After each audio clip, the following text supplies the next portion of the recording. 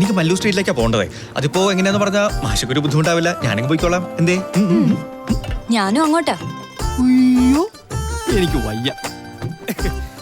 എന്റെ മാഷേ, ഈ പൊരുത്തം എന്ന് പറഞ്ഞ് ഇതിനെയാ. മല്ലു സ്ട്രീറ്റിൽ എവിടെയാണ്? ദാ ആ വണ്ടി അങ്ങോട്ടാ, അതി കയറിക്കോ. കാളവണ്ടിയോ?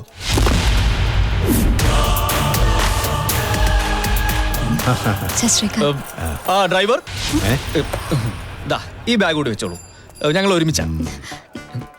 ഒരുമിച്ചാ വന്നത്. മേരാ പ്യാരി പ്യാരി.